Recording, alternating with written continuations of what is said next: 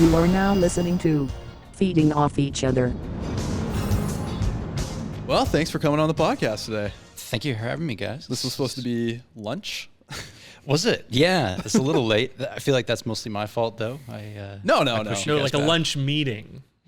Yeah. We're not grilling you about the time. I see what you Jeez, a mean. little late there, Ryan. Are you? It's almost 4:20. I gotta. We were supposed to meet at the Wild Eye and have a brew. That was the original plan, yeah. I feel roped into a podcast because you're like, oh, come A a bit little later. bit. Oh, actually, the other guys can join. Oh, actually, we'll record a podcast. I was like, oh, shit, this is becoming something else. I know. You definitely got roped in, and that's why I didn't do it at first. I was like, nah. We'll just meet. And then, you know what's funny? I was thinking maybe I'll just ask him, does he want to do a podcast? Because it's a fun way to meet. For sure. And then we have a podcast like group chat. And I accidentally, like Freudian thinking, I said, all right, Ryan's confirmed podcast on Friday. And I meant to say confirmed lunch. And then I was like, oh, wait, no, that's just what I was thinking. So I was like, wow, I'll just ask him. So that's the genesis of it. Cool. Yeah. Yeah, it's very confusing when you're like, well, I'll have to ask him. And I'm like, I know. your definition of confirmed is different than mine. Yeah. But no, we're just going to pretend that we're having beers. Perfect. So it's not an interview. It's not a podcast. Forget that there's mics in front of us. It's not a podcast. It's not a podcast. What okay? the hell are we All doing? right. We're just meeting Ryan. But Pretend yeah. like we're having beers. There's a soundboard. Anyways, thanks for joining us today. How was your day today? Was good. Kind of a normal day. I was working on a script for a video. Luke, a guy who shoots edits for us, is finishing up an edit. Should be going out tomorrow. Sort of late on our homework as we usually are, is coming down to the wire, but hopefully be ready by tomorrow morning. That's about it. Nice. Normal day. Yeah, I was curious to see how you guys do it. I mean, I know of you guys as a YouTube channel, and I'm always fascinated by what other YouTube channels look like, because there's not really a model, and everyone seems to invent their space and their workflow differently. So Yeah, totally. So we connected maybe, what was it, 3 years ago now? January 2020? Maybe there was a time before that. Yes, it's the earliest that I know of. The serious that I know of. That's a bit of an embarrassing story on my end. Yeah, I've been on the other end of that too. So Ryan asked us to collab. He said the email was, anybody want to learn how to ride a motorcycle? And I said, yeah, sure, we're into it. You were so enthusiastic. And then I completely dropped the ball for 3 Ryan years. ghosted us. Yeah. Boom. Roasted. However, I didn't take it personally because I was probably very busy at the time. And then a couple months later, we all know what happened there, 2020. Yes. The world shut down. A couple of days ago, I get an email in my inbox. Hey, Ryan, I got my motorcycle helmet on. I'm ready. It's been 3 years. Let's Is that what you said, Matt? Yeah. I was like, because another friend of ours in the mountain bike space, BCPOV. Oh, yeah. He was like, oh, you should get Ryan on the podcast. I was like, oh yeah, that's a good idea. Hey, wait a second. I think he may have emailed us or something. So I just typed in FortNine. I'm like, there's the email. And I was like, oh, I must have ghosted him. Damn it. That was all my fault. I felt bad about it, which is why I was so amenable to coming on a podcast. When you pushed me, I was like, look, I got to say yes to these guys. Whatever they ask, you owe us one. Yeah. That's the move. No, I know it's busy. We've definitely done that before. Oh, 100%. And we will in the future as well. Yeah, but that was interesting. So what, is the offer still open? The offer's definitely still open. I think the original idea that we had was, it'd be cool to take someone who doesn't ride and teach them how to ride and talk about the sort of entry-level basics of motorcycling. I don't know if that applies to any of you guys anymore, if you're all motorcyclists now and maybe the ship has sailed. No. Nope, not in the slightest. Dave hates bikes. Excellent. So usually Dave is the non-rider in the group. Okay. We've taken him mountain biking, but we're the experts. We're the elitists, and we make fun of Dave for being the noob. But it'd be good to fun to spin the tables around, and Jason and I become the noobs. Yeah. I've only ever ridden like a dirt bike, like a 125 cc. Okay. Yeah, cool. That's like the extent of my experience. Excellent. Yeah, that's perfect. I like to start from ground zero. Oh, you got all three of you guys on that. Cool. On one bike. Sidecar. Yeah, maybe.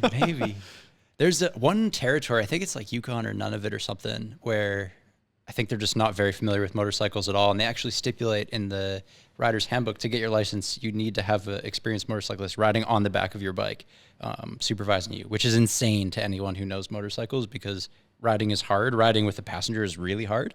And so starting like that is just berserk. Everywhere else in Canada, you just need to be within sight of a motorcyclist to get going. But yeah, somewhere in the territories, you actually would start with 2 or maybe 3 on the bike. Which would be So you have to have someone hugging you? Yeah, riding teaching pillion. you, whispering in your ear? Exactly. Whisper in your ear, you're doing this wrong.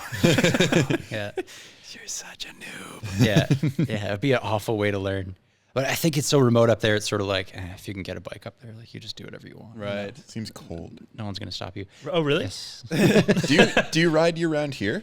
For sure. Yeah. Really? I You see mean, when he you saw came me in? walk in with Yeah. my big highlighter yellow highlighter pen suit. Oh, I yeah. thought it was just Year like round. Gucci or This something. is the amazing thing about Vancouver is it never really shuts down. I've got a fat tire motorcycle. It's called a Van. It's awesome in the snow. And yeah, you can just keep cruising. I feel like when I asked that, I feel like when people ask us that for mountain biking, they're like, you ride year round? Yeah, Wow. I'm like, well, yeah, it doesn't. Yeah, so now I am an idiot. Okay, cool.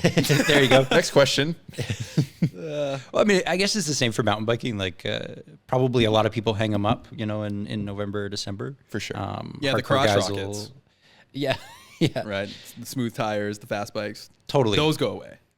Yeah. I mean, they don't have to. No, I mean, you could keep doing it if you wanted. It's a little dodgy in the snow and in the ice, but it's not as sketchy as people think it is. I think, again, kind of like mountain biking, like you can mountain bike in the snow totally fine. Just slip your ear, but Yeah. it's possible. I have a couple friends. I feel like they put it away all winter. Well, now I'm going to call them out. Yeah. They're soft. Yeah. What are you doing? Yeah, I know. I don't know why they do, but is it a thing with like preserving the bike, like salt on the road, all the grit from like debris? For sure. Yeah. Winters are harder on motorcycles. I know guys who refuse to ride in the wet at all. So they'll just take their bikes out in the dry because that's obviously the best thing for it. Typically guys with like old, like 70s, Japanese motorcycles, the aluminum on those things is just like butter by this point. So they do fall apart pretty quick in the wet, and they fall apart exceptionally quick when it gets salty. So yeah, I think preserving the machine is part of the motivation for people hanging them up. But at the same time, I mean, you can just get some $800 like winter beater and just keep thrashing it, and then you don't really care. Hey, Chuthers. Are you looking for the ultimate Black Friday sale? Of course you are. Well, look no further than mahalomydude.com. That's right. We've got everything you need, from cool t-shirts to awesome stickers, cozy hoodies, stylish hats, and even toques to keep you warm this season, eh? And water bottles. And guess what? It's all at jaw-dropping prices this week for Black Friday. Plus, we've got more exciting offers lined up throughout this holiday season. So, whether you're treating yourself or hunting for the perfect gifts for your favorite mountain biker, Mahalo My Dude is the spot to be. Yep, head on over to mahalomydude.com and gear up for epic deals all season long. Mahalo My Dude, where chuthers find their ultimate swag. And now back to the pod. It's crazy to me how, and you guys actually just did a video on this, how cheap motorbikes are, especially like you're saying you can get an $800 bike, ride it around, ride it anywhere. If you get an $800 mountain bike, it's kind of a piece of shit. Sure. Yeah. It's probably not that safe to go take it down a trail. Yeah. No, motorcycles are I think unreasonably cheap for what you get. I think I know the video you're referring to, and we were kind of comparing the relative costs of motorcycles and mountain bikes. And it's part of it's just as a global market. Part of it's that they're practical tools in some markets. It kind of drags down their price in others. There's massive economies of scale versus mountain bikes, because mountain bikes are like really particularly tuned, customizable sizes, colorways. Motorcycles are very one model fits all. So I guess there's a few things going on, and they just also last a really long time. Like the bike I rode here today is a 1975 Suzuki Van RV125. I think it cost me like $1,200.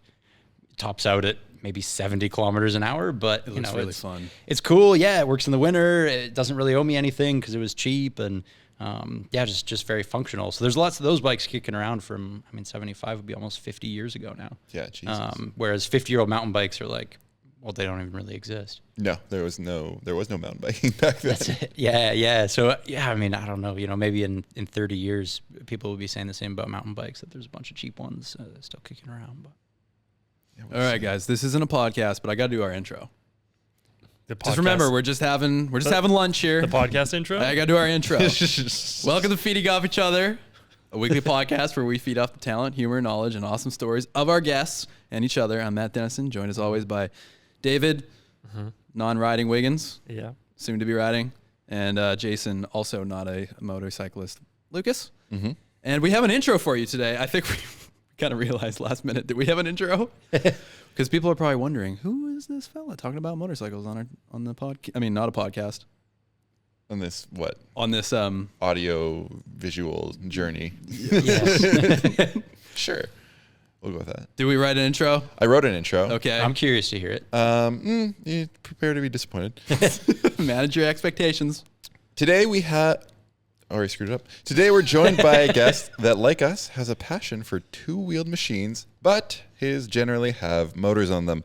If you're a fan of motorbikes, you may have heard of their massive YouTube channel, FortNine, that has amassed over 1.8 million subscribers. Other than that, we have no idea about this guy, but we're excited And to we're having find lunch. out more. Ladies and gentlemen, Ryan, oh God, please pronounce this right, Kluftinger? Yeah, you did pretty good. Oh, yeah, God. yeah. Good job, Jason. Usually when I have lunch with someone, I do that anyways. I'm sitting down with the world-renowned David Wiggins.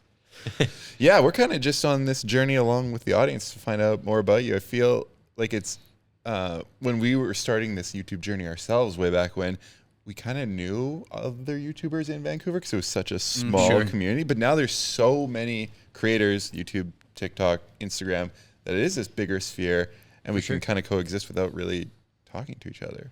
Just sad. It is sad. I think that's why I was so keen to hook up with you guys because, same thing. I knew of you guys as a big YouTube channel around Vancouver. There's, not that many. It's easy to keep track of them.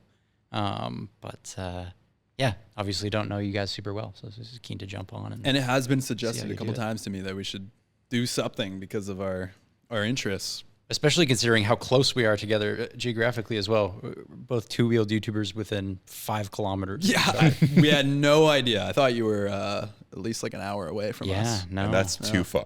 Yeah, when you suggested, I think you suggested Wild Eye, or what was the other one you suggested? I can't remember. I was like, let's not I dox know ourselves both now. those pubs. Yeah. Oh, true. Yeah.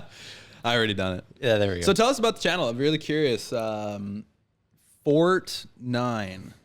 Now, how often are you guys getting confused with gaming channel? Here we go again. Yeah, it's one of those. Happens a lot. We get a lot of, misspells. People looking for Fortnite and land on us and are very disappointed that it's not 9-year-olds screaming at their computers. Like, I feel like you're at family reunions, like at Thanksgiving or whatever, and your aunt's like, so what do you do? And I'm like, YouTube channel, FortNine. And they're like, oh, video games. Totally. Yeah, that's the way it goes. It was a funny thing, actually. The company that I work for used to be called Canada's Motorcycle.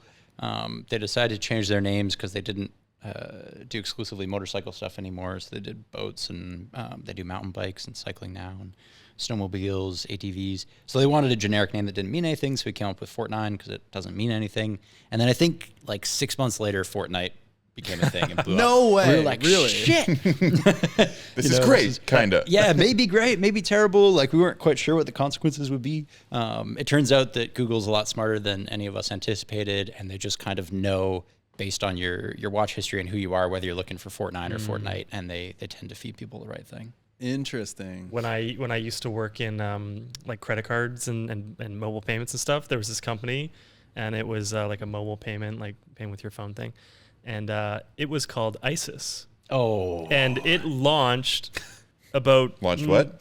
Launched Missiles. yeah. it just blew up. It just right? rocketed It to really the top just- of the it launched like 6 months before, and then they literally rebranded in like 2 days. And they changed their name to Soft Card, and their branding after those 2 days was like clip art. Though they were just like, it doesn't matter. Just It get this doesn't out. matter. Yeah. I mean, it's cool that they were that nimble. I had a girl in my high school who was named ISIS, and there's not really much of a way out of that one. And I guess you could change your name, but I think it takes a bit longer. Yeah, that's a tough one. Yeah, It's a relatively common name, I think, in some places. I think so. Yeah. Yeah. It's a sexy Anyways. name. Is it?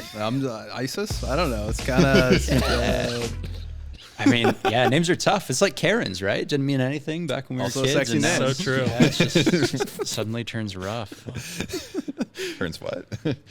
So when was that when it was named FortNine? That was 2016? 16 maybe? Yeah, that sounds about right. So Fortnite is way younger than I thought. Really? I thought it's been around for, I don't know, at least a decade. Oh, no. Wow. Yeah, I think it's newer than that, or at least it became popular more recently than that.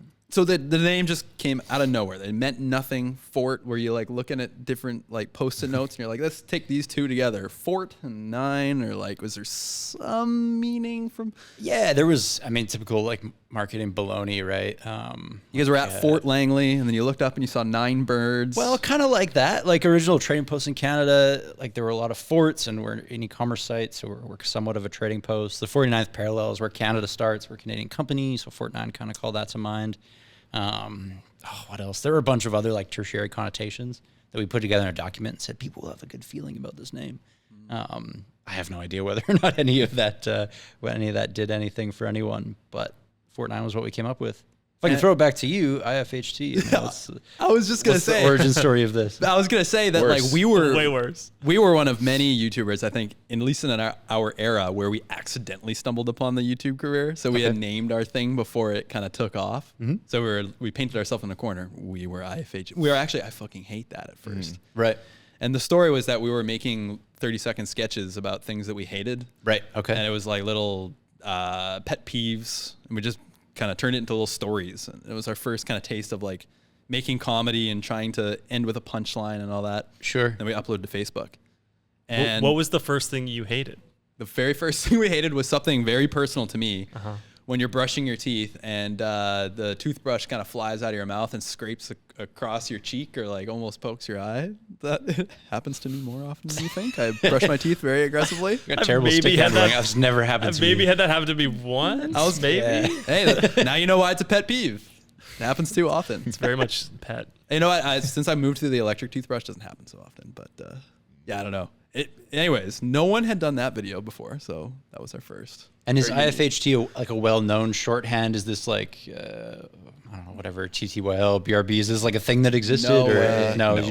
You made it up. Absolutely. And that's not. why everyone gets it wrong. Yeah. Everyone's Okay. always like IHTF, Yeah. and like they can never get the order right. Do people ever think you're like the International Federation of Hardtail Yeah, oh, Technologists that's or pretty something good. like this? pretty good. We usually say hot toddlers, but Or we say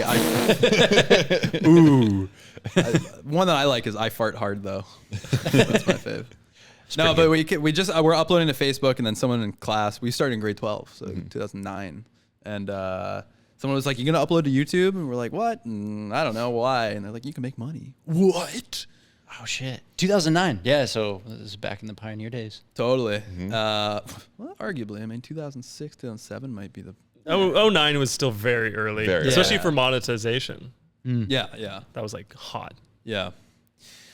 And so, yeah, like our other friend, Peter Chow, his channel name was Pyro Booby, which had absolutely nothing to do with Anything. anything. Yeah. Catchy though. And I think you couldn't change the links No. at that time. So he's just like, I'm Pyro Booby. Just stick with it. Yeah. it's So like, it, yeah, the first Hotmail account you make when you're a kid. Exactly. Yeah. It'd be awful if we all had to keep those. Yeah. yeah. So when the company, I guess, came up with Fortnine, you were working at the company. Was it a YouTube channel at this point? Was there a YouTube channel? Yes, there was. Yes.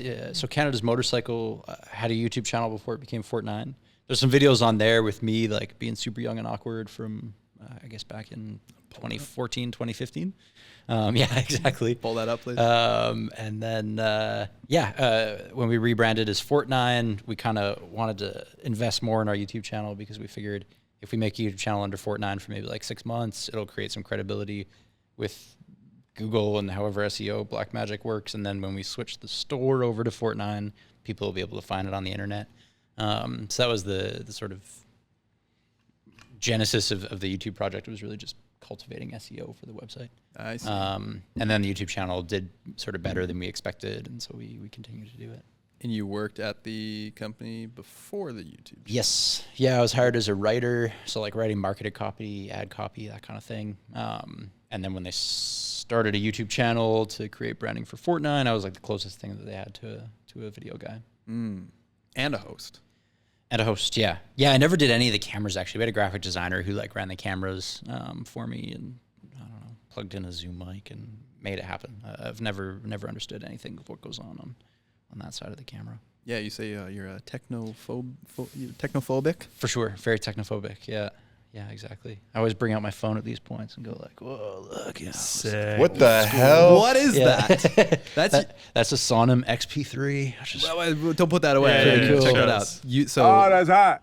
Ryan operates a flip phone. When did you purchase this phone? That one's actually pretty recent because you might not believe it, but it's quite hard to find flip phones that run on current networks. Yeah. That's why he ghosted us. His phone died after he sent the email. The battery on this thing lasts for like 10 days. That's part of the beauty of it because it doesn't do anything. So, That's so sweet. Yeah, no internet, no screens. It takes pictures, but with like 6 pixels, it's comically bad. And so yeah, it's waterproof, it's shockproof. It lasts for 10 days on a charge, and it's just fantastic. And the phone plan is free. So Free? it's free. Yeah. I mean, well, okay, I pay for internet, and then they just throw in that for free because there's no data. They just feel bad. Yeah, they just feel bad Just about it. take it. Pretty much that. Wow. Yeah. Yeah, just the dream. So did you ever own a smartphone? Yes, I did. Yeah, I used to have one. And there's not much of a story about it. I just didn't really use it, so I got something cheaper. I'm so impressed right now. I'm super impressed. So you don't start your morning with a bunch of doom scrolling like the rest of us? Just scrolling through Instagram? Yeah, I guess not. Yeah. Reading poetry. I think people always expect that I'm going to be like vehemently like against that kind of thing and be like, technology is evil and like social media is ruining the world and whatever. And maybe it is, but my ideologies are not that complicated. It's mostly just I just don't care and don't use it, so I don't bother.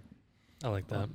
Yeah, but other people can. To each their own, Yeah, I like exactly. it. I like it. I'm inspired. I've thought about it, and then I'm like, I just wouldn't be able to function. Me too. Especially with the way we run what we do. I was going to say you'd be useless in terms of our jobs. Well, we'd have to call each other. God forbid. Yeah.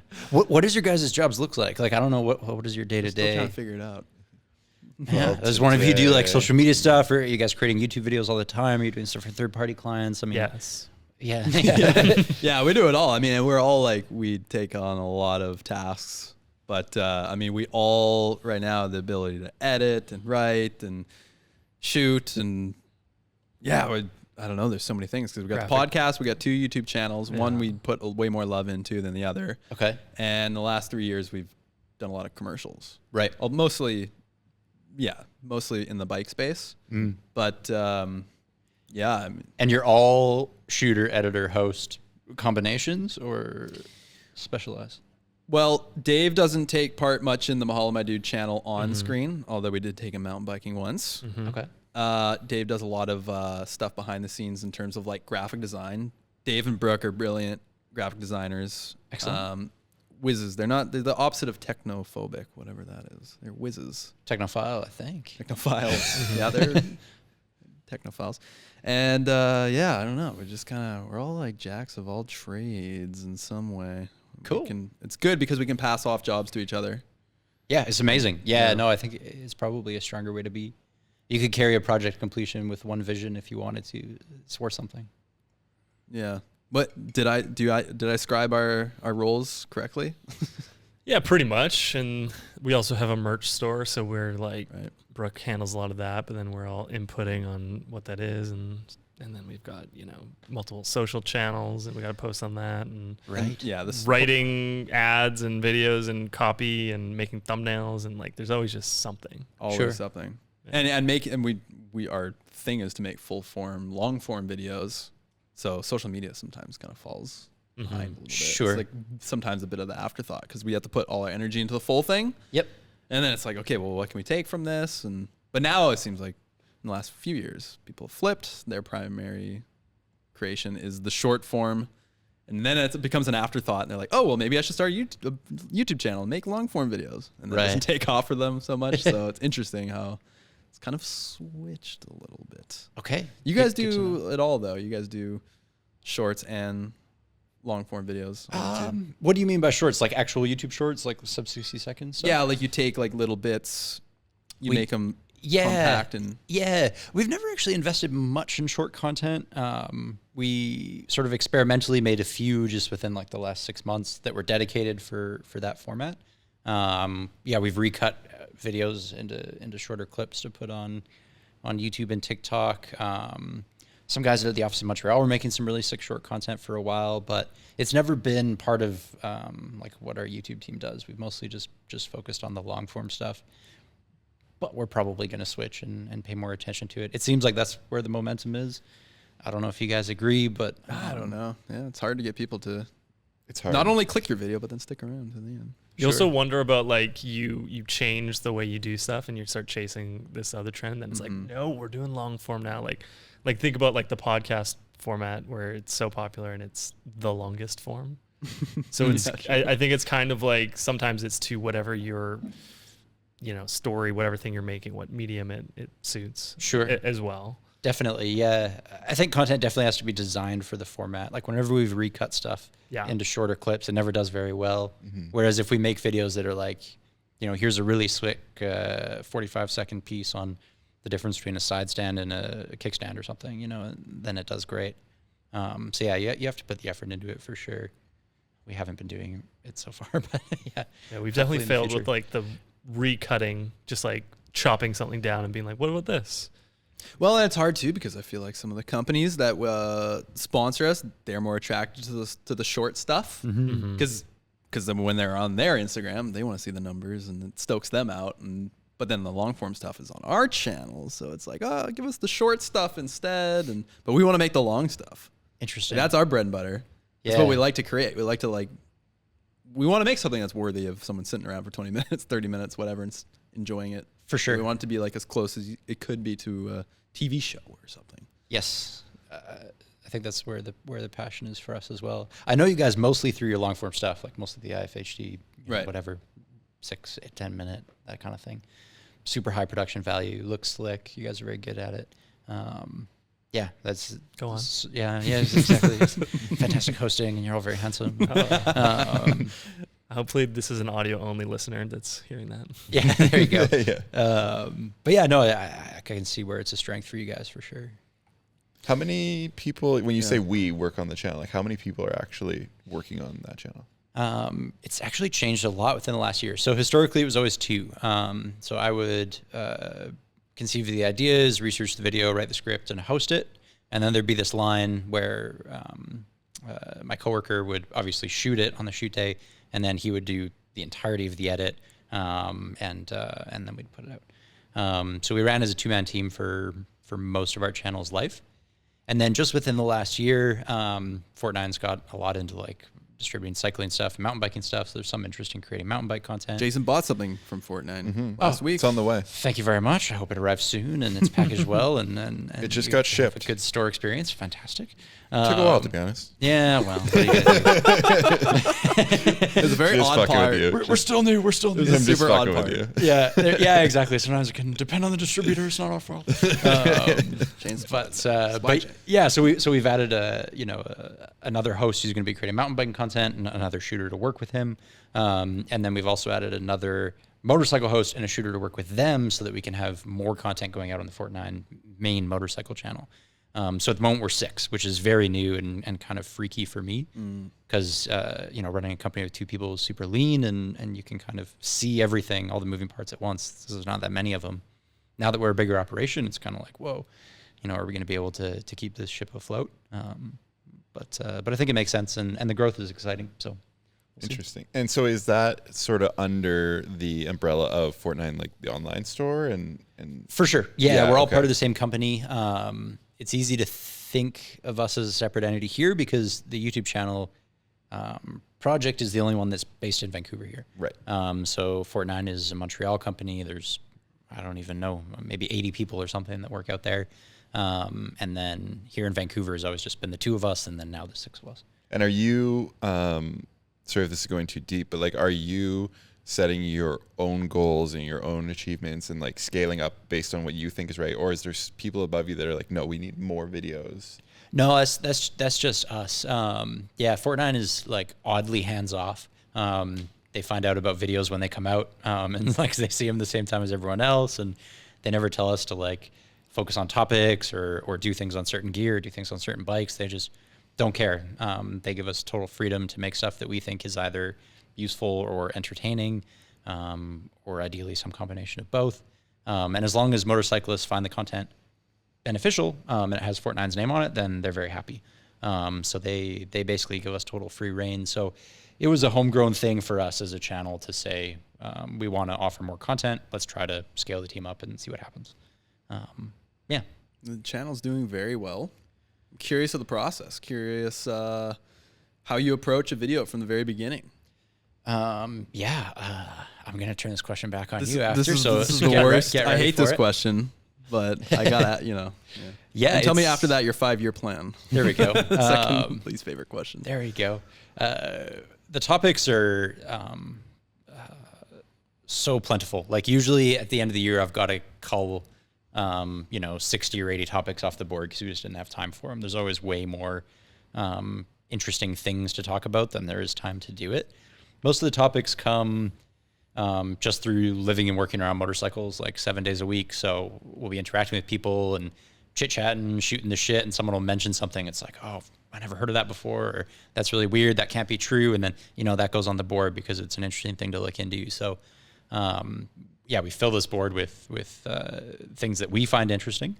And then when it comes time to make the video, I'll choose one basically based on what the last video was. So if we just did something about gear or we just did something about an adventure bike, I'll be bored with that. And so I'll go into the idea board and say, all right, I want to do something with a sport bike, or I want to do a mechanic how-to or whatever, just to keep it fresh for ourselves. Is this a physical board? Because we have a physical board. No, I'm always on the fence between digitizing the ideas and having them right in front of you on a post-it Yeah, note. no, it's a Trello board. So it exists in the nowhere. But I respect your physical board. And, It's and old it school, looks but pretty I like cool. it. Yeah, I mean, as a technophobe, I should probably I be was more going into to that. say, it's Right. not very on brand for you. Totally. I think we just lack the real estate to even pull it off, to be honest. Yeah, that is expensive. But yeah, that's it. And then, research and write the script. I'll meet with Luke, my buddy who shoots and edits all of our stuff, and I'll kind of talk through it and be like, all right, this is roughly what the video is going to look like. But I don't think very visually. I'm more of a writer first, so it's really bare bones, just the information that's in the script, and then he takes that and sort of storyboards it out in terms of like what he thinks the video might look like, what kind of visual style he wants to do, what kind of music and animations and graphic effects and whatever. And then puts together a shot plan. We go and shoot the thing. Our shoots are usually like anywhere between 1 day and 5 days, depending on what type of video it is.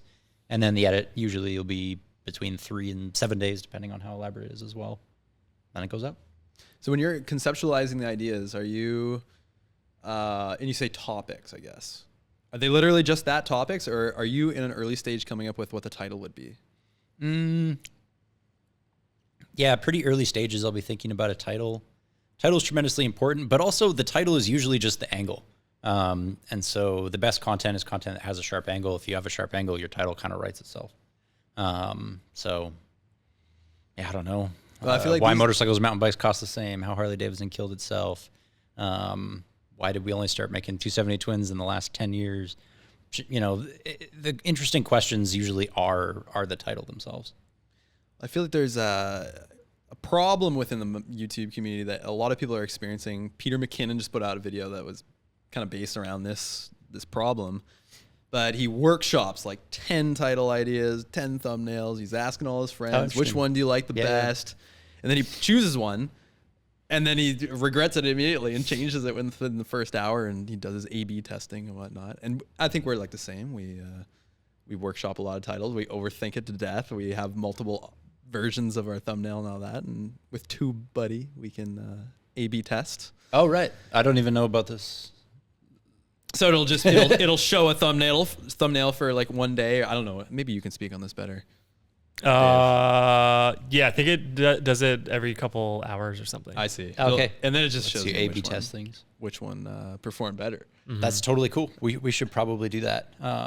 It seems like you're doing fine. But yeah, don't change a thing. yeah, Don't live bad. your life. The thing is, we've been at this for so long, and like we have gone through so many different eras of YouTube. We've seen it change so many times, and the titles used to just kind of more or less be easy. It was just the title of the thing. Yeah, you didn't think about it that much. It was easy. Sometimes it was just free, at least on Mahala Dude, it was mountain biking in Whistler or free ride mountain biking in Whistler. Yeah. Yeah. And it wasn't like clickbaity, and it wasn't like Sure. trying to sensationalize anything. And now, I guess there's like saturated market, and you're competing for people's attention. So people, For sure.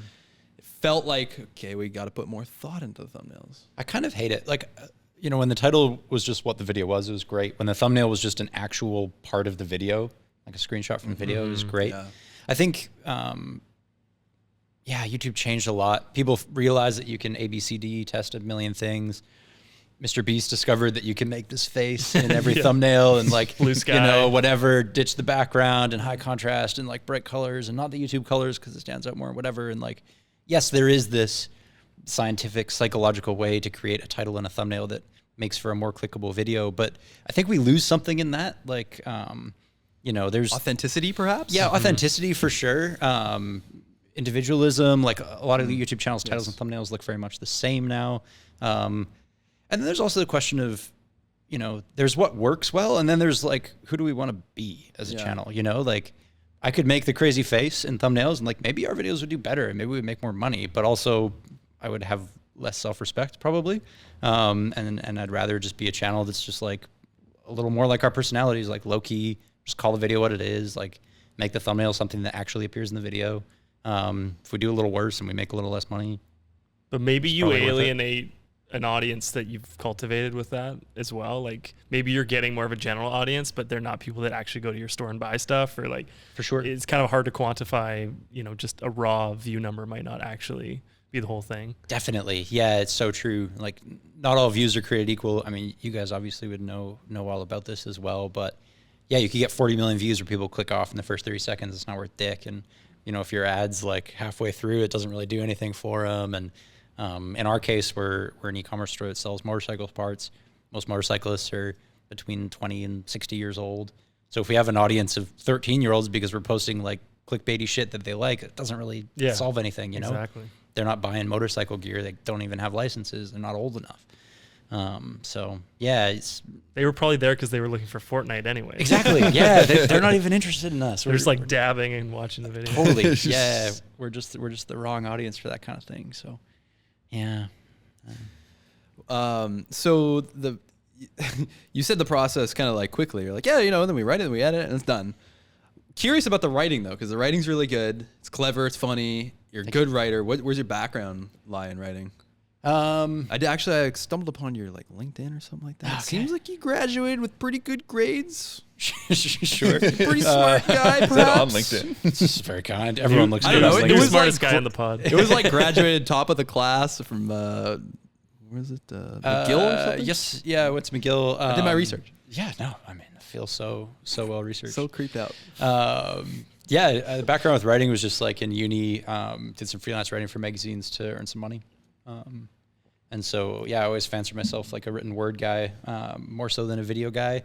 One day I'd love to just like hang up the video gloves and never appear visually anywhere again and just go back to writing. It's a bit of a dream. But yeah, that's it. Just simple, trying to earn a few bucks in university kind of thing. Where did you gain your interest in writing? Just reading, I think. It's sort of my main, if I'm not working and motorcycling, I'll either be reading or mountain biking, maybe crab diving. That's kind of like all I do. But mostly reading. This is kind of like the biggest passion in my life aside from motorcycles. So if you read a lot, I think this is a natural extension to just want to write too. How much inspiration do you take from Top Gear?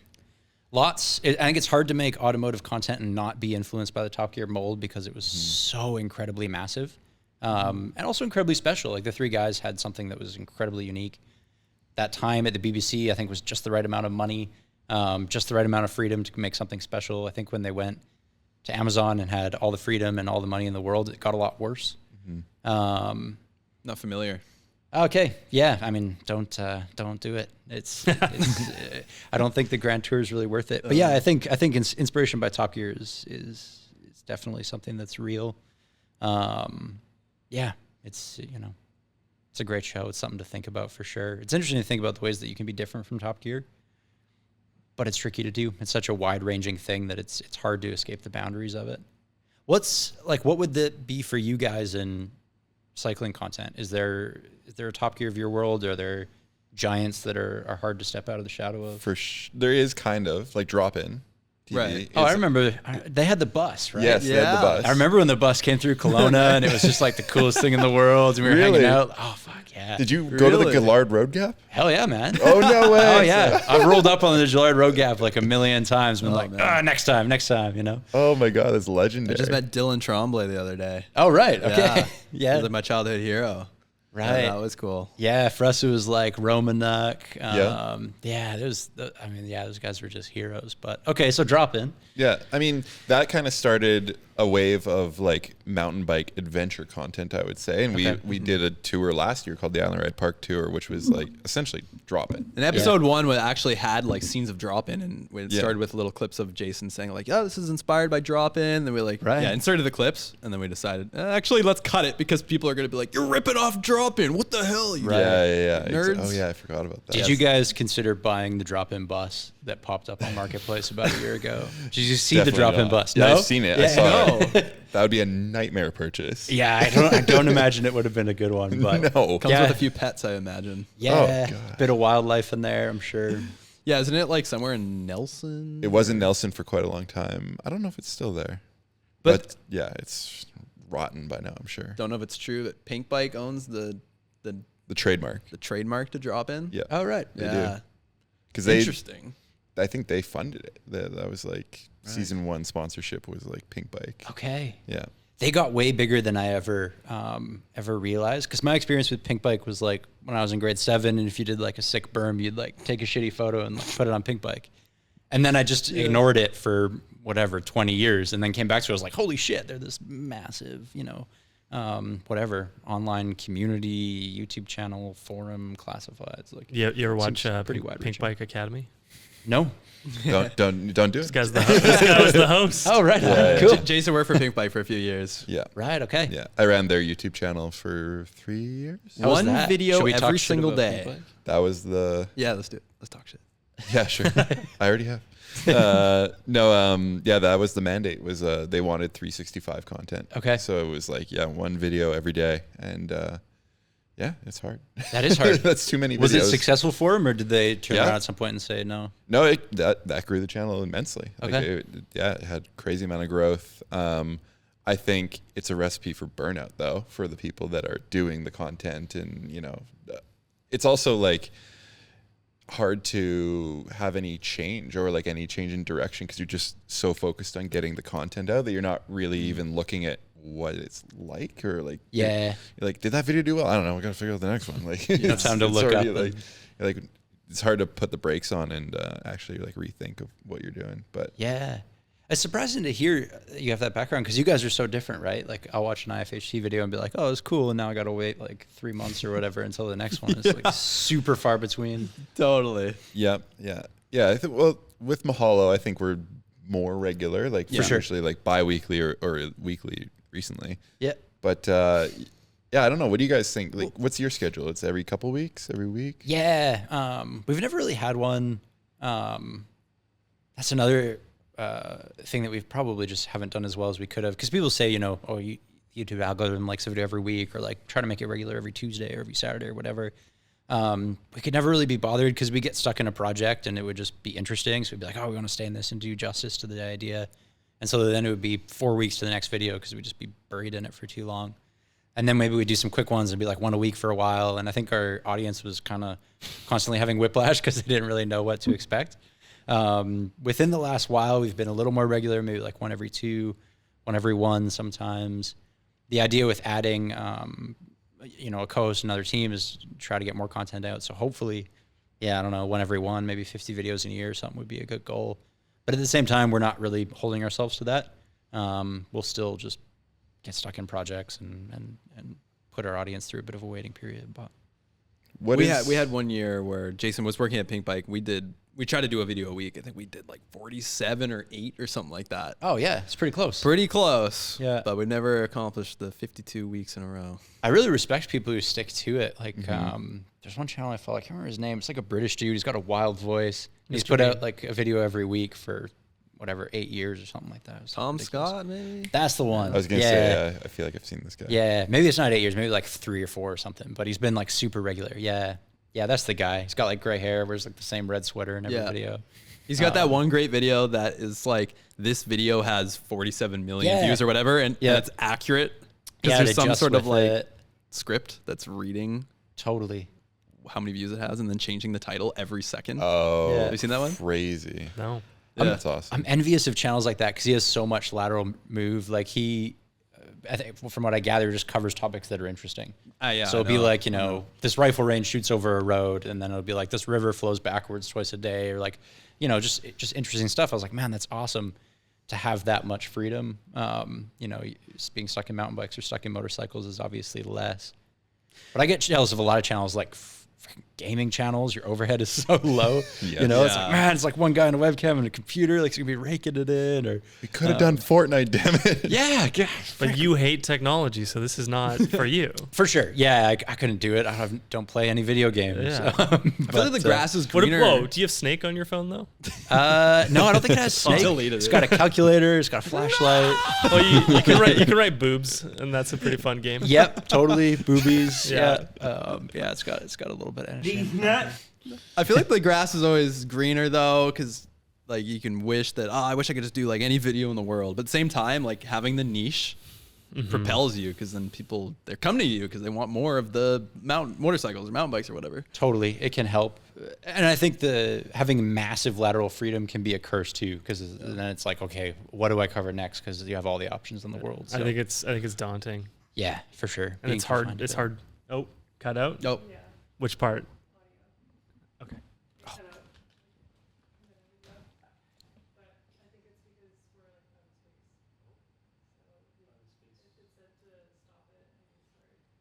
See, we're pros at this. Yeah, we'll start from okay, Jason, do the intro. Yeah, that's right. We'll just take it from the beginning again. Ryan, please pronounce this right.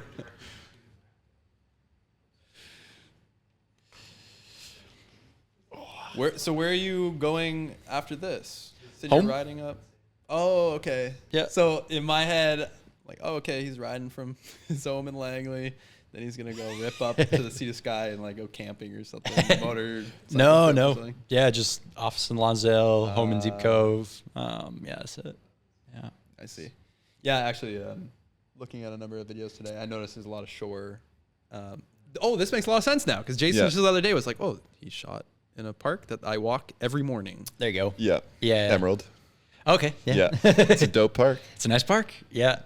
Yeah, no, we're This makes usually so much sense kicking now. around the shore when we can. But yeah, I mean, you guys are in perfect spot too, and the mountain biking around here is great. Mm-hmm. Yeah, born and raised in Richmond, where it was not so perfect. Yeah, not so great. Yeah. Is there mountain biking out there? There must be some Just flat trails. no. No, just not even. Just jumps. Okay. So yeah, and then the home that I grew up in, we had space to build some jumps, and that's kind of how we bonded Okay. in the early days, filming each other in the backyard doing jumps and stuff. And that's actually the birth of our YouTube channel, because in the winter we couldn't film the jumps because it was way too wet. Yep. So we're like, what do we do? I don't know. Let's film some comedy. Okay. Typing over MSN Messenger. Save it for the pod. Sorry. I've already told that story a million times. Okay, I'll lead us back in with the sound here. Sorry, technical difficulties there. Anyways, where were we? I remember. I had a question. Has making videos about motorbikes ever ruined motorbiking for you? For a time, like obviously not for your life. Yeah, that's a tough one to answer. I think yes and no. Like, there's definitely days where we'll be on a shoot for like 18 hours, you know, riding, and I'll get home and I'll just be like, the last thing I want to do is look at a motorcycle or ride a motorcycle. So in that sense, yeah, I guess it kind of spoils it.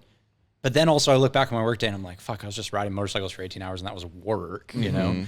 And I feel incredibly lucky to do it. So yeah, yes and no. It's kind of bittersweet. Like, I pretty rarely ride motorcycles in my free time now because I'm riding them all day at work. And so when I get home, I do other stuff. I'm looking forward to one day retiring from this gig and being able to just ride for myself again, like just having personal bikes and doing my own wrenching projects and doing stuff that nobody sees. I think there will be some joy that I reclaim in that, but at the same time, I'm super thrilled to be on bikes every day still. They're kind of endlessly entertaining. There's a lot of different styles. There's different eras. You can ride them in different places. Like, you can go as deep into it as you want to go.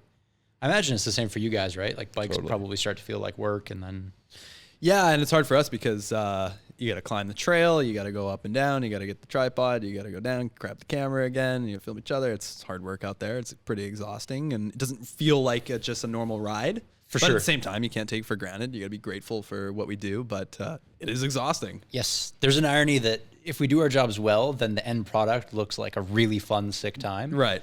But the creation of it is probably a not very fun, not very sick, incredibly long and piecemeal time. And I've been there on the days where we're with a great group of friends and we're having a blast, and I got to be the guy to be like, whoa, hey, let's one more over here, and then I feel like I'm spoiling the flow of it, of a great ride, but For sure. Yeah, filming ruins everything. I'm pretty religious about when I'm not working, I film nothing. And I get really annoyed if anyone takes a camera out. I'm like, put it away. I don't want to be on camera. I don't want to. What are you paying me to film me right now? Yeah, exactly. That's right. You got to pay the rate. You got to pay the day rate if we're going to do this. how did you get so comfortable on camera? Just time, I doing think. Yeah, like the early videos are super awkward. As they should be. As they should be. Yeah, it just probably took a couple years before you stop really noticing the camera, and you can be a little bit more normal. So, yeah, just time. I think having like a good buddy behind the camera really helps, because I can feel like I'm just kind of talking to him sometimes rather than talking to I know. 1,000 people. Are you just doing everything off the top of the dome, or are you ever reading a teleprompter? Or? Never a teleprompter, but I script everything that we do. Yeah. So everything's like pre-written. We know what lines are going to be delivered in which framing. I try to use like a real economy of words, and so scripting is part of that. If you're going to ask a million people to view your thing, you don't want to waste their time. So I'm going to try to get this information across like as cleanly as I can, as efficiently as I can, and not just mumble and say and this and that and the other, and all the things that we do when we're working off the cuff. So yeah, I script everything. When I do my deliveries, they're pretty much always identical to the script. It's easy to remember when you've written it. But yeah, no teleprompter. It's just not really necessary. Most of our takes are like 3 sentences long. You can remember 3 sentences. So Do you think there was a moment where you felt like you found your voice, or like you were struggling to find it? Like you're looking back at the footage and you're like, I don't know, it doesn't seem like me. And yeah, I mean, I think it's just like a spectrum. It's a slope. Like over time, I felt like I got to a place where the Ryan that I see on the videos feels like the Ryan that I present to people in my day-to-day life. But I don't think there was one particular moment where it just happened. But I think a big part of that too is just seeing yourself on camera more. You start to understand yourself based on the digital version of you. So I don't know how much of that is me becoming truer to who I actually am versus like the art informing the reality and me starting to see myself as the way the world sees me on YouTube. You know what I'm saying? yeah. It's kind of fucked up that way, to be honest, How do you feel about watching your own videos? Um, Obviously, when you're in the editing process, it's a bit easier because you're trying to connect the dots. But like, totally. you're showing someone weeks later, maybe, or someone's, hey, watch this video, Ryan's in it. Like, how do you feel? I think what's most enjoyable for me is watching a video maybe like 3-4 years later. Okay. Because that is the closest that you can get to seeing it the way someone else would see it. Totally. When it's like enough time has passed that I actually have forgotten parts of the script. I've forgotten the way we've shot some things. So sometimes I'll go through and I'll cruise through FortNine videos from, like 2019 or 2018, and it'll be entertaining. It's like, oh, cool. Like, I'm actually enjoying this, and it's new information to me, kind of. And it feels a little bit like what an external person would feel when they see it. So that I like.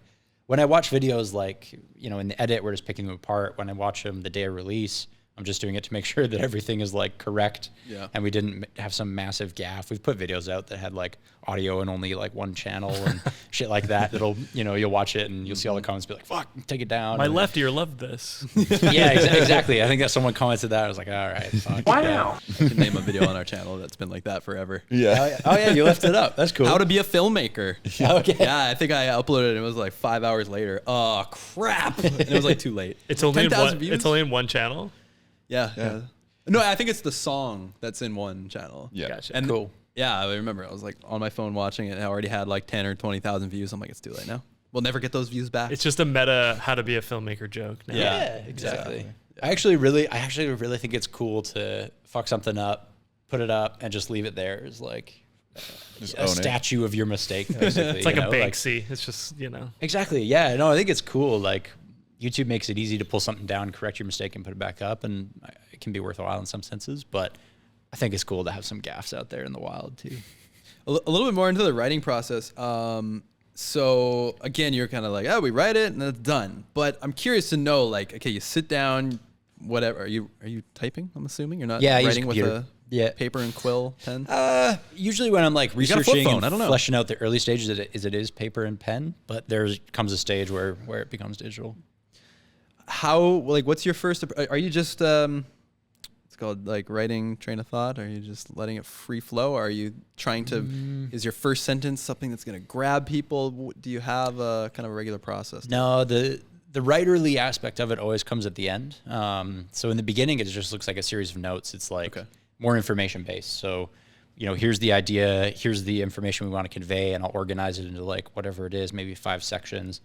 We try to frame everything like you would like a research paper or thesis. So it'll be like, the presentation of the problem, and then we'll build up some supporting data, make sure people understand this, and kind of build to a climax of like the solution of the problem or the answer to the question or whatever it is. And then, a bit of a concluding statement, which is usually where we get more opinionated. So in the beginning, it's just organizing the bullet points of information into this like flow of the script, depending on what we want the shape of the video to be. And then it's only at the very end that I'll actually like write the thing. And then we get, whatever. It can be writerly and put in jokes and alliterations and witticisms and whatever, if they make sense and if they're inspired by the content. I find, writing that's just flowery for the sake of it is always boring and trash. So I try not to think too much about the actual writing aspect of it. Just do what's natural to the information. How do you overcome writer's block if you ever encounter it? I don't really get it. No? No. I've always just like, I don't know. I go to work, I work 9 to 5. I just work on it for 8 hours. Yeah, I'm not really the kind of artsy type who's like, I'm not in the mood, and whatever, I can't do it. And then he's like, go for a walk, and then like I wake up in the middle of the night, and I'm like, fuck, it's go time. And it's just. All right. Well, we're very different people then. Yeah, like what does it look like for you guys? I mean, and how do you work together to create videos? Because that's something that I don't have much experience in either. Well, when we write a comedy project like a commercial, we're usually it's very collaborative from start to finish. We're conceptualizing together. We're kind of doing the same thing. We're writing notes down, and then when we actually go and write a script, maybe we'll even still kind of go further together with like trying to expand on the points. But now thinking out loud, I guess one person usually goes and takes the lead on a first draft, and then we bring it back to the group, and then we all poke holes in the logic and try to, I don't know, just challenge the ideas. Because with the comedy, it's like I don't know, you don't know if it's funny when you wrote it yourself, right? So we're trying to decide as a group, like, is this actually funny, whether to cut it or move forward. We also started a pretty good system where, like, it's easy as a group, you throw out, like, specifically for jokes, you're like, what about this? And then if we actually laughed in the moment, we try not to overthink, like, because you can come back to it and a couple days later and we'll be like, was that funny? And then Matt will often be like, remember we laughed? And it's like, oh, okay. Yeah, it's good evidence. If you laugh the first time, it's like, okay, it is funny. And the comedy will totally die for you. And by the time that video is going out, it's not funny at all. No. You're like, okay, the people who see it for the first time will. That's why you wait 5 years to watch it again, and then you can. That's right. Yeah, you laugh at your own jokes. Yeah, it's very much like saying a word too many times, where it loses all meaning and value. Definitely. But yeah, like I to add to what Dave said, there's many stages where there's the writing. Okay, did we laugh? Okay, then there's the filming. Was it funny on the day? Which take was the funniest? Then the editing. Are we? Is there any reaction while we're actually editing the thing? Every step of the way, and then even with all that in mind, like, okay, yeah, we've been laughing. You put it together, and you're like, oh God, I hope it's good. Yeah. But that's, I don't know. Yeah, that's pretty much it. It's just like challenging each other's ideas. Really. And you're writing at every stage, which is like a cliche, but you're writing it, and then in the filming, you're rewriting it. Sure. And then in the edit, you're rewriting it based on the tone of the take, and especially with something that's like comedy specific, it's each take can give you such a different vibe, or like someone improv'd a line, or you got a happy accident, or you recompose how something cuts together that's actually not how you planned it on the day, and all those types of things. And I think, like you were saying, writing, like, each word costs $5 is a great exercise just to cut the fat. We're always trying to cut the fat, whether it's in the script or in the edit too. Yeah, and then when it comes to the Mahala projects, I mean, on the biking stuff, some of it is scripted. Say like a kind of a tech video where maybe we're showing you how to rebuild suspension. Jason might take the lead on that because he's the mechanical guru with the bikes. Excellent. And then there's in the past we've done some like filmmaking topics, and so I might go and take the lead on that and just totally do it myself. Yeah, I think it kind of depends where we're at in the company and like how much time we have and who's pinned and who's not. But well, the adventure sort of stuff though, it's retroactively written where we add a VO and they kind of recontextualize what happened and like retell the story because they just went and had an authentic experience. Yeah. And then it's like, okay, how do we package this into something that's makes sense to an audience? It's true, but not this. At least in the last year, we've tried to experiment with a different approach where we have a concept. We know there's going to be like certain segments, and we build bullet points around it, and then we have a bit of a rough script to go and lead us on the journey. And then, but still, the final thing is like we're writing it while we're editing, we're narrating it, and then. The tough thing with like adventure-based or experiential-based content is like stuff can happen that you didn't really plan for, and you're like, okay, well now what do we do? Now that's a different video, and like how do we retroactively, but also in the moment, kind of like film this, capture it, and then hopefully like edit it together. Right. So. Do you find you have like heaps of footage when you shoot that kind of thing? Oh, yeah. Like way too much. Yeah. Too much footage. GoPros. Oh, right. They're just filling the hard drives, man. Yeah. Okay. Yeah, I always wonder about that stuff. That type of shoot terrifies me because we've never done it. Like people are always like, "Oh, you should go travel somewhere and like do whatever." And it's like, yeah, that could potentially be pretty cool. But every shoot we go on is like a concerted shoot. We know exactly what we're going to get. We go and get the shots we need for the script, and the project cuts together. Yeah, mostly the way we envisioned it. The idea of just like going to do a thing and seeing what happens, and then somehow crafting like a sharp storyline with an angle post fact. It's possible, but I just don't know how to do it. Yeah. We don't either. Just kidding. It's hard. It is hard. And you're kind of like, what do I want to make versus like what's going to do well on YouTube? For a sure. lot of the time. Yeah. Like, what's the audience going to like? And then it's sort of hard to make those crossroads kind of interconnect. It's hard to be original with that type of content too, because there's so much of it. Like I think anyone doing an interesting trip thinks, oh, I'll film it and put it on YouTube. You know, like it's some of I think the most populated content on YouTube is people going for long motorcycle trips or people going on cool mountain bike rides. There's heaps of it. And so how to make something that's special and that stands out from the rest is a massive challenge as well. Yeah, it's tough. And the amount of mountain bike creators in 2023 has just skyrocketed. Oh, interesting. Is it the same in motorcycles? It's like now everybody's got their own Instagram and they're making comedy reels, or they're making a "don't you hate it when this" and you're biking and then this happens, and they're getting 500 million views on it, and there's just so many. Yeah, I mean it's probably the same for motorcycling, because I know like during COVID, mountain biking saw an enormous boom. Motorcycling did as well. It's probably very similar. Yeah. So that might be part of it. Maybe too, like I think we've really seen the professionalization of the individual, where like 16-year-olds now just have social media channels that really are operating on business-like principles because they're being informed by the channels they're consuming, which are corporations, right? If you're watching Blindness Tech Tips or Mr. Beast, you just grow up with an understanding of content that's based on SEO best practices and titling and thumbnailing and just within the content creating storylines and moments and key moments and conclusions. And so it's weird. You see these, like my nieces and nephews, like I see them and I'm like, man, the content is kind of amazing, you know, but they're just like going about their school day or like whatever, but they're creating stuff that really is professionalized because that's the type of thing that they consume. And so maybe it's just part of that as well. Like, yes, there's more content creators out there, but also the people who aren't really trying to earn money at it are also making content that could earn money and really should be earning money. So it creates a lot of competition for the actual companies and the actual businesses that are trying to make a run at content creation. But I think that's very healthy. Like I loved YouTube when it really was YouTube and everyone kind of had to go, you know, and I think it should be that way. And if FortNine is suffering because Joe Blow is making a million view video that's actually great, it's like, well, fuck, that's pretty cool, you know? And we should feel that pressure. I'd love it if Pink Bike was getting shown up by like whatever Stevie 13-year-old who's hucking stuff in his backyard. He's sick. I don't know if you've seen his stuff. He's totally He's sick. crushing. That dude's so sick. Yeah, I think I don't know. I think it's a good thing. Yeah, interesting. Very timely because there's a kind of ongoing debate right now whether people should be filming their crappy rides on the GoPro and uploading it to YouTube. Oh, really? Yeah. What's the core of this debate? Just that exactly that. I don't know. I don't want to get into this again. Jesus. It's a can of worms.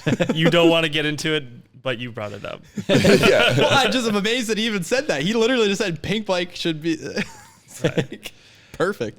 I mean, that's too, I think, where YouTube is really cool is like the guy who lives in a specific place, rides a specific trail, has a GoPro and just films it for the people who also live there and want to ride that trail and see what it looks like, you know? Like YouTube at its best, I think, is like an individual making content for another individual. It was the genesis of it, and there's still something like very charming and useful about it. Like in motorcycling, there's a lot of obscure bikes. Like I've got an 86 TT350. It's like they only made it for a few years. I've got to replace the clutch, so I YouTube TT350 clutch replacement. And of course, there's like some old dude who chain smokes like 40 cigarettes while he's doing it, but he'll show you like how to do the clutch because he just has one and did it in his garage. And the camera work is shitty and the audio's all over the place. And like halfway through, his wife comes out and talks shit at him. And like, but that type of content is some of my favorite content on YouTube because it's like peak useful and like peak specific. They're not trying to earn money. They're not trying to market to a mass audience. It's charming. It's also not like over edited. There's no like intro. There's no ad break. There's no like fluff that sometimes you go to a tutorial and it's like, it takes 10 minutes just to get to the point. Yeah. There's no ulterior motives, right? Yeah, Like there's so many videos out there that are pure. like, we're going to show you this fun thing, but like halfway through, like, do you know about Manscaped? And like, you should probably trim your pubes, dude. And you know, it's like, and that's part of that's fine because like we do that. This is how we fund, you know, how we we're fund aware the of channel. it, and we do the same thing too. And it's such a fine line. It's like we want to be as authentic as possible, but we want you to trim your pubes. Totally. Yeah. And buy it's- the product. I don't want you to, personally. Yeah. Dave's a 70s guy. Yeah. There you go.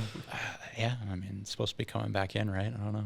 It's Been waiting never for left. years. Oh, right on. Yeah. So you guys do the integrated ads, but it's interesting because you guys are a store. Yeah. And what's that relationship with the? Yeah, it's a point of tension. Like we didn't run any ads for probably like the first, we've really been doing ads for the last year. So whatever, like the first 6 years of our channel, there weren't any ads because we figured we're a store. Like the purpose of the content is to gesture people towards the e-commerce store. It got to a point though where we were making a lot of content that really had nothing to do with the e-commerce store anymore. Just because we're not very interested in shopping and we tend to think that people should buy decent stuff once and just never shop again. So we don't really want to push people towards buying things all the time. And so at that point we were like, all right, we could fund this project partially as well by running integrations. So we started with Insta360 was like a real natural one because we use their cameras anyway. So it was easy to be like, 30 seconds. This is how we get these shots. If you're interested in doing your own thing, like that's the camera we use. People responded pretty well to it. They were like, this is cool. We don't mind. We're happy to, if we get 8 minutes of good content and there's like a 30-second integration that's actually natural, they're kind of cool. So we're like, all right, great. This can be a revenue stream for us. We can make a little bit more money and then sync it back into production to try to do cooler stuff. But it's still kind of something that we are suspicious of. Like we turned down probably 95% of the integration offers we get because they're just companies we don't believe in. They're like apps or, order your groceries to your doorstep, which I just hate. Or like, I don't even know. Yeah, like Manscaped, shit like that. Where it's just like, these are mostly marketing companies. They're maybe not investing that much into the product as much as they are paying for 1 million integrations with tons of YouTube channels. And we just don't particularly like it. So we don't do that kind of thing. Yeah, we're still suspicious of that. It's the same with merch. We're like, people want FortNine t-shirts, but we like don't really want to sell them. So we like offer them for a bit, and they're like, yeah, we don't like this, and Just makes people want them more, though, doesn't it? yeah, that's it. So we're like, okay, we want to like Just edging them with merch. yeah, well, basically, yeah, it's kind of what we've been doing. Yeah, we don't know where we're gonna go with merch either. Merch has been a huge thing for us. I mean, merch was kind of like the turning point where we could have a team and support everybody. And we often reference Donut Media for how they integrate their merch ads into their videos. I know, very sneaky. Okay, You don't even realize they're gonna like they're just wearing it or. They're just really good with like segueing into it's like part of the video almost. Like you don't even know you're watching the ad, but you're like, oh, he's still doing the thing, but now they're talking about the shirt, but they're doing the thing. Okay, it's still going on. Yeah. Do you know those guys at all? You ever? I totally know of them. Yeah, like they're massive, obviously. And I've seen, I don't know, a few of their videos for sure. But I'm not a big car guy, so it's just kind of aware of them as being in the YouTube space. Yeah, they've done too many whales. Yeah, they've done a few bike things now that makes me think they're like touching into that market. Totally, and those are the videos that I think I've seen are more the bike specific ones, and they're really good. Yeah, annoyingly good. Yeah. Oh yeah. No, totally. I definitely watch them like shit. We gotta do better. You know. They're so big now though. It's so hard to compare like the scale of them. Yeah. What they used to be and now what they are now. For sure. Yeah. Yeah. It'd be interesting to like go through their space and see what it looks like. You know. How many people you got in your team? Like I think I remember hearing once that Linus Tech Tips was like 40 people or something. I was like, man, I can't even believe it. You know, Jesus. I wanted to go over there and like see what it looks like and what do you do with all those people and like how does their just content machine work? You know, very interested in the way that all these different things are built. Yeah, Donut would be another one, but yeah, coming in here is very homely. I don't know if you guys ever filmed this space, but it feels a lot like what our studio looks like. Oh, cool. Mostly just like storage and like Red Bulls and like tables and tools, stuff kicking around. Like it's very functional. Bikes. Yeah, we try to make it cozy, but we do some filming in here. We just had a big photo shoot for our Black Friday sale next week. Oh, cool. So we brought the backdrop down and all that, but we're gonna do actually a mechanical kind of tutorial next week with Jason. We're gonna do a little filming in here. So yeah, cool. Yeah, we try to keep it functional. What kind of merch do you guys sell? Promote your merch to me. We're wearing it. We're wearing it. Stickers. Jump on the opportunity. Let's go. Bicycle accessories. Well, it all started with a sticker. Yeah. Okay. A sticker based on a music video. I Only Ride Park. Okay. I had one sticker, and that went bonkers back when I was on Snapchat. Cool. Going crazy on Snapchat, making too many stories every day. And I think I just said, like, who wants free stickers? And then it went mental. Yeah, and I I bet. sent out like 50 envelopes that day. I didn't even know how to send out an envelope. I had to Google it at that point. And then I realized, oh, man, we should probably sell these. So we made a little pack, $10 a pack. And that went crazy, too. Sweet. And, and then since then we started making, like, crappy shirts with our logo on it. They weren't, like, anything special, just pretty simple shirts. And then it kept getting better and better and better, and Brooke kind of took the wheel, and now we're tie-dyeing stuff by hand. Oh, no way. It's really hands-on. It's not just like we get it from one place, like we order it and we get it from one place. We have to kind of move things over to multiple different printers or screen printers or get the tags done on it, all that stuff. So cool. Try to keep the quality high. Yeah, merch was a game changer for us. Very cool. But you're skeptical. You don't want to sell it to the... Yeah, I mean, we kind of do. Like we had FortNine shirts and people were buying them, but then I was like, I don't know, part of me hated it because I was like, these people already have shirts, and like, would their lives be better if they just saved their money and just wore the shirts they already have, you know? Well, what were the designs like? Were they good? No, they just said Fortnite on them. I see. It's whatever. And it's like, it's cool that people want to wear a shirt because it says Fortnite on it. Like, I appreciate that. But then a part of me is uncomfortable with it. So we said, okay, let's try to only make things that actually like do something new. So we worked with a company to try to like design a neck gaiter, which I took off, but I was wearing it earlier. And it's like, you know, it's reflective and it's wicking and like does a few things for motorcyclists. You can like get it up over your ears when you pull your helmet on so it doesn't chafe, and like sits under your chin bars, is more comfortable, whatever. So we made this thing that actually solves a problem. And then, so we put our logo on that. We're like, we'll sell this. And we were more comfortable with that. It felt better. So we're working on something right now that we think is like a little bit of a step up from that, a little more involved. We've invested more time into it. We think it solves a slightly bigger problem for motorcyclists and training wheels. Yeah, exactly. That's it. Yeah, you know, you'll never fall over again. So yeah, I think we're probably maybe going that direction with merch, but at the same time, there'll probably still be shirts. Like there's other guys in the companies who are like, no, we want to design cool things, and you know, I think there can be some space for that. And I'm also the weirdo with this. Like everyone else in FortNine is like, merch is great and they love it. I'm just this dinosaur who doesn't. So I'm going to try not to hold back the team too much with my own personal opinions. Yeah, I mean, people like to rep what they like, and it was very apparent. I mean, I think there was probably a period where we're like, we don't want to shield the merch too much, but then people buy it. People are asking for more. So we realized when it all started with the sticker that people put it on their bike. That's like great advertising. It's like they turn their bike into a billboard, and they love it. And yeah, and then people wanted to start start to put it on their bodies, I mean, that's even better. There you go. Power to you guys. I mean, you guys all look better than I do, so defer to your judgment. Don't knock the Debatable. But yeah, we try to make it hip and all that, and that takes a lot of effort too. Yeah, cool. It's not easy. No doubt. So what's your connection with mountain biking? Grew up riding in Kelowna, and then when I went away to school, I just didn't for 10 years because there's not a lot of mountains in Montreal. And then when I moved back to North Shore, I was like, this is the spot. When I was growing up, North Shore was like an adjective, right? It'd be like, this is a really shore feature, this is really, whatever. Yeah. And when I came here, I was like, shit, this is the place. Like I'm in Mecca, And so I got to get back into it. And so I, in my adulthood, kind of picked up mountain biking again. Bought just an absolutely shitty Cannondale Jekyll that was made out of carbon and immediately broke the seat stay. And then this thing was like 3 years old. So I contacted Cannondale. I was like, I broke this thing. Like, send me another one. They're like, oh, sorry, it's 3 years old. Like, that's obsolete. We don't carry it. I was like, what the fuck? I just paid a bunch of money for this. What are you? I couldn't believe it. And so I was like, forget it. Nothing ever carbon again. So I got a Chromag root down. And I was like, this is simple. I'm not going to break it. If I do, I can bend it and weld it myself. And so now I'm kicking around on that. I'm super slow, mostly in it for the climbs. I love the climbs, and then just kind of mostly in it for the climbs. Good God. I know. Yeah, one of those weirdos. Get this guy an e-bike.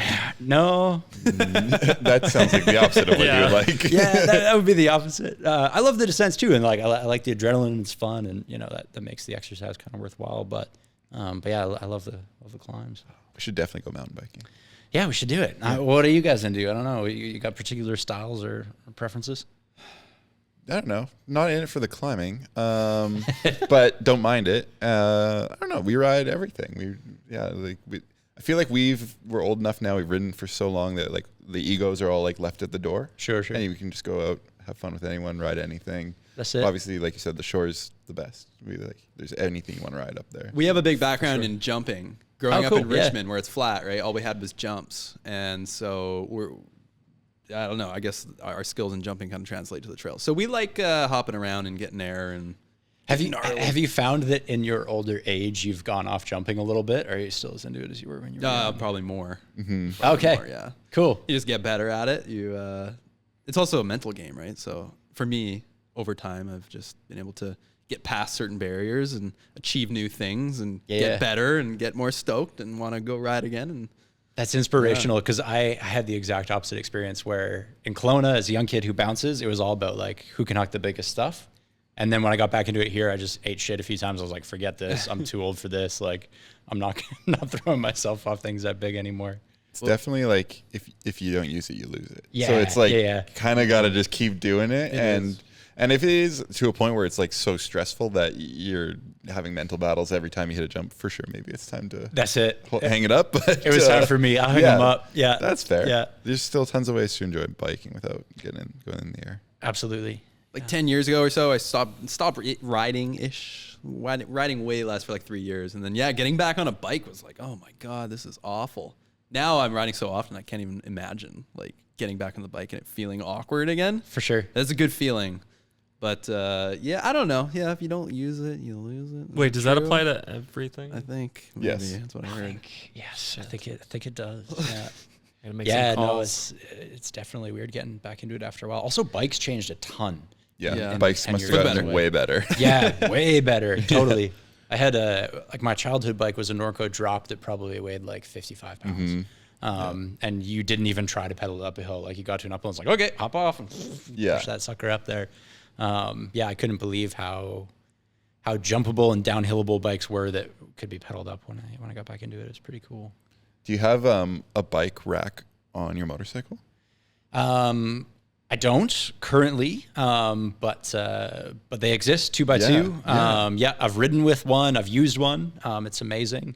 It's cool how little you notice the bicycle back there. Yeah. Because it looks so ridiculous. Looks insane. Yeah, you'd think it would be the most ungainly thing in the world, but when you're on the motorcycle, you hardly notice that it exists. Because all the weight is where the pillion would be anyway, and pillions are like 200 pounds with gear, whereas the bicycle is, 40. It's easy to forget it's there to the point where you have to be careful if you're like splitting lanes or darting around traffic and you don't remember that it's on there, you're going to have a really bad time.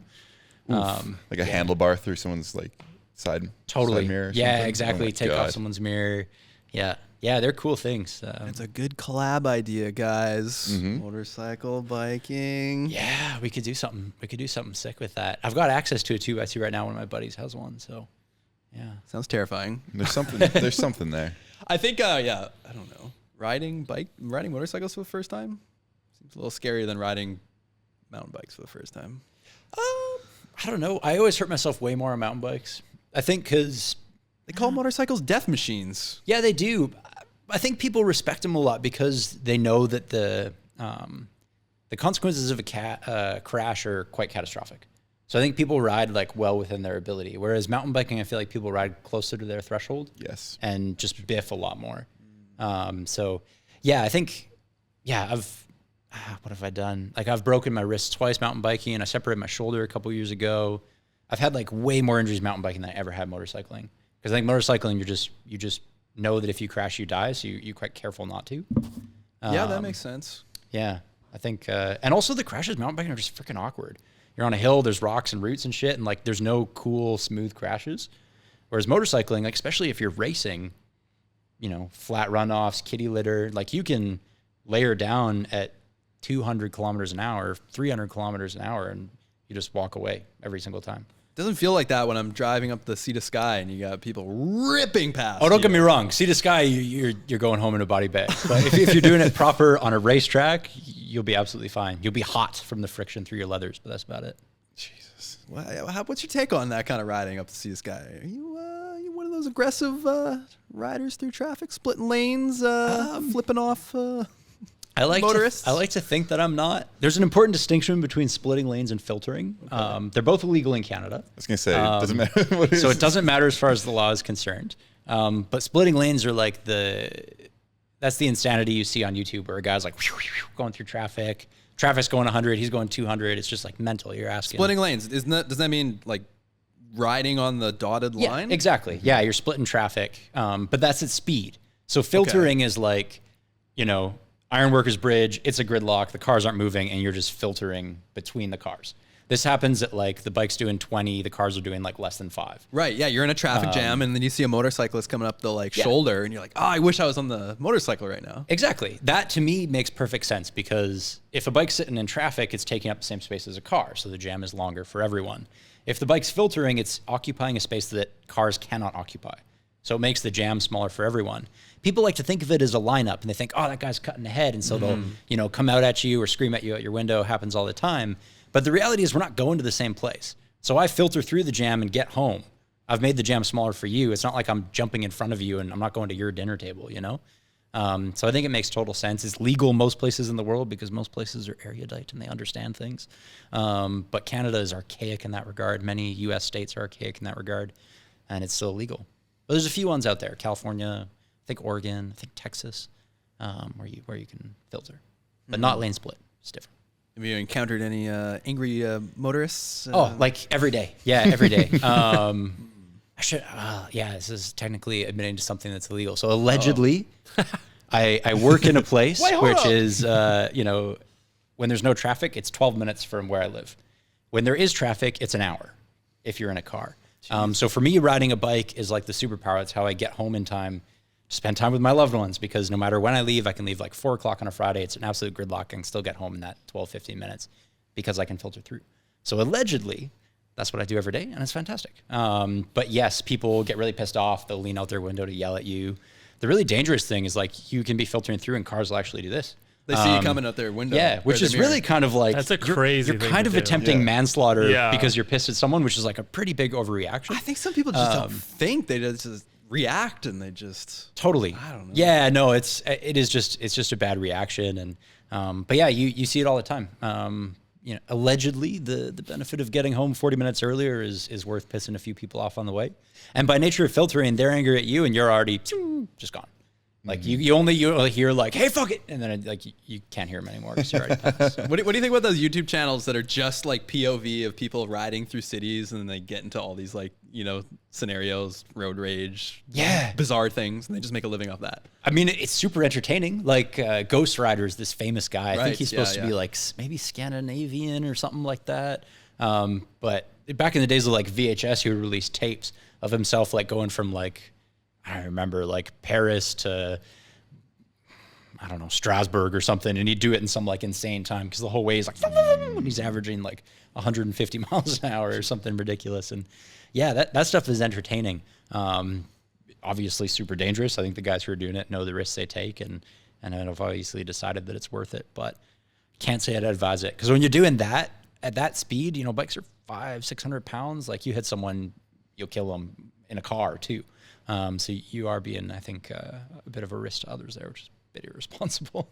Well, some of those YouTube channels, they're not necessarily like aggressively riding. They're just casual and they're just being polite to everybody. And almost like it seems like some of the channels, they're hoping that things are going to come. Oh, like, okay. People are going to like. It's like a baiting situation. Yeah, they're like. Sure. I think I know the ones you mean. Yeah, like when we started, our YouTube channel was like the heyday of motovlogging. So there was a lot of these guys who would like, they'd have a GoPro and they'd ride around every day and hope that someone would cut them off so they could get into a road rage incident, or they'd hope that they'd see an old lady fall so they could help pick her up because that would make the video do well. I've definitely seen some of those. I think it's one of those things where for a time it was super popular. People loved the vicarious experience of feeling like they were on a motorcycle, and there were a few channels that blew up, like a few million subscribers or something. And then it really quickly like tapered off again. I think maybe it just got saturated. People got used to the view. It wasn't interesting anymore. And now I think there's way less appetite for motovlogging content than there used to be. I think it's like the biking thing a little bit of the POV mountain biking. Yeah, was it the same? Like, I think it was all the rage, and then I think it was like the same time. Motovlogging was going off. POV channels were taking off. And now everybody and their dog's got a GoPro, and they started their channel. Yeah, maybe less appetite. I don't know. For sure. I still think though, people who push on, move forward, innovate, they'll stick around. Oh yeah, there's definitely a way to make fantastic motovlogging content. There's probably a way to make fantastic POV mountain biking content. It's just a harder ask than it used to be. Yeah. So when we going for a ride?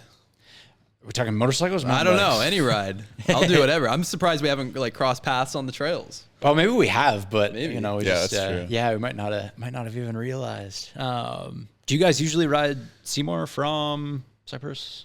Yes. Okay, just everything. A little Everything. distributed, Yeah. Cool. I'm like religious Mount Seymour guy because I live close to there. So look out for me when you're on that hill. But mountain biking, frick, any Saturday morning, that's my jam. Well, we'll get out there, and maybe Dave will join us because we just built up a new fuel EXE e-bike.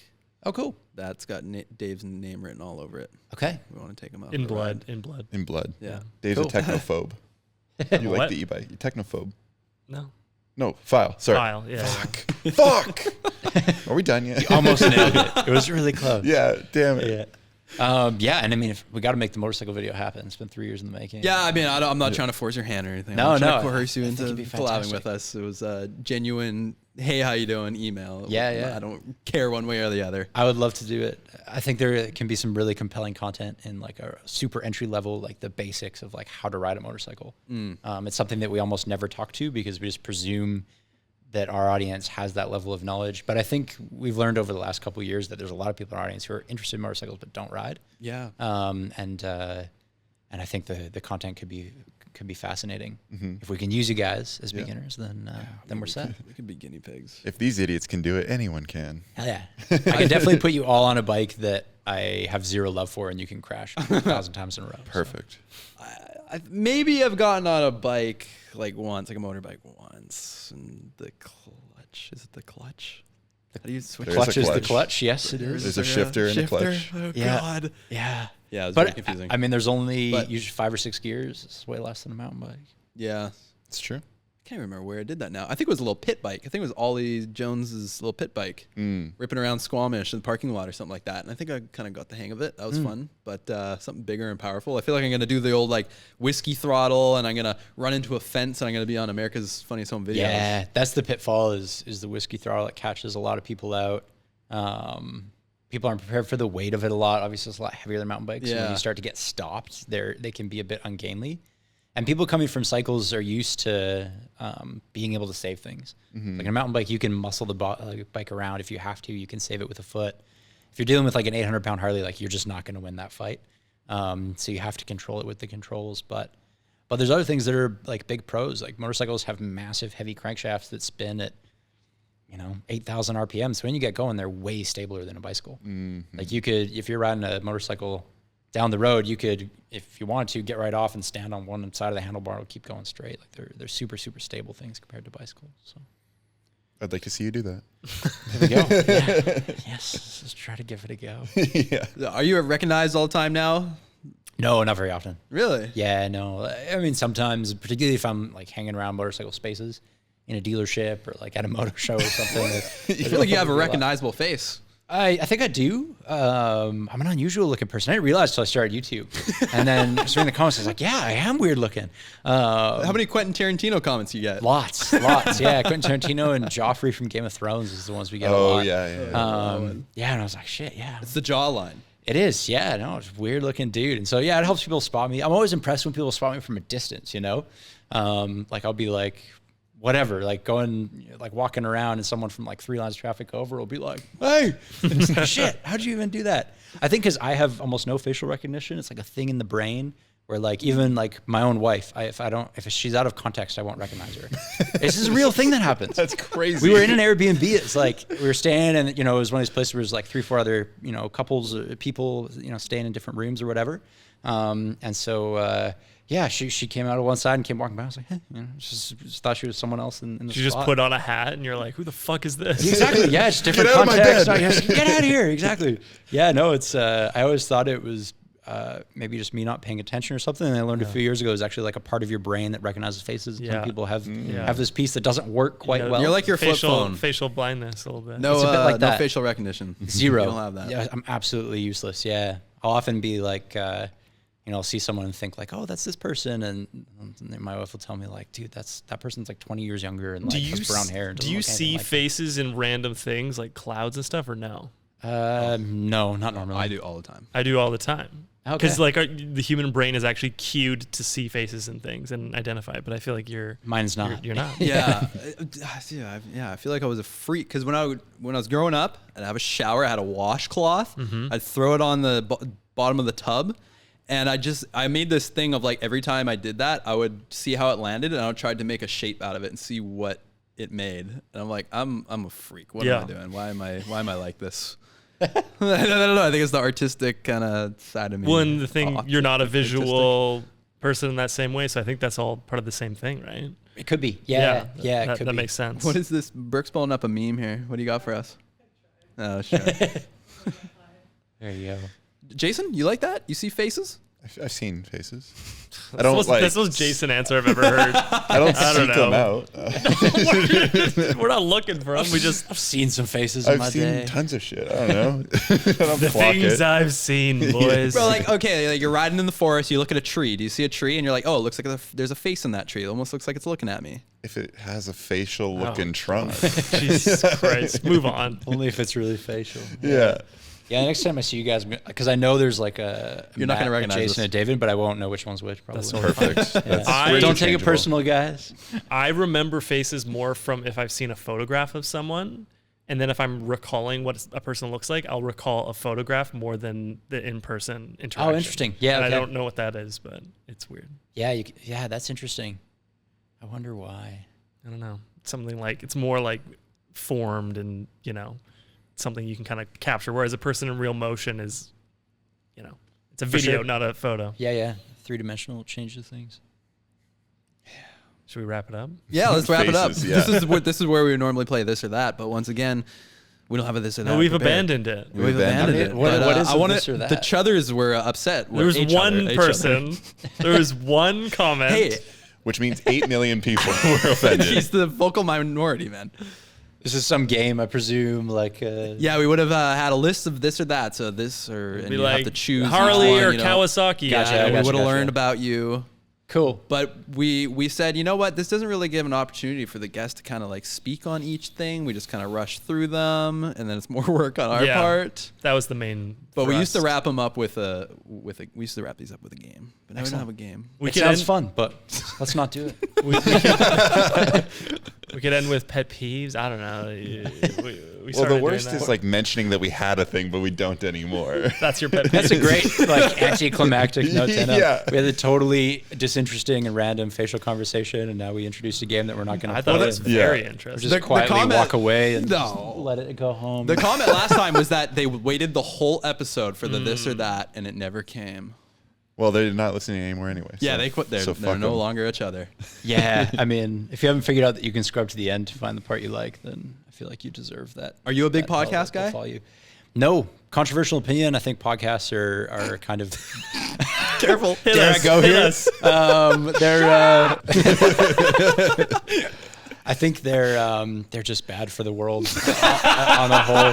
I think people had silence in their days where they would like think their own thoughts, and people would originate their own opinions within their communities. They'd talk to a neighbor, they'd go to a school and learn something, enroll in a course. Maybe they'd read a book, which could be citable or connected to other resources. And now people originate their opinions wholesale. They just take them from, Sure. I listened to this 2-hour thing, and now I have a fully formed opinion on X topic, which is really just the opinion of that one person who portrays themselves as a professional. So many podcasts are like, oh, this professor, or this scientist, or this whatever. But the second you start to create a podcast, you're no longer operating as a professor or a scientist, right? You're trying to be mass marketable. You're trying to create something that is the most compelling or the most controversial content, not necessarily the most true.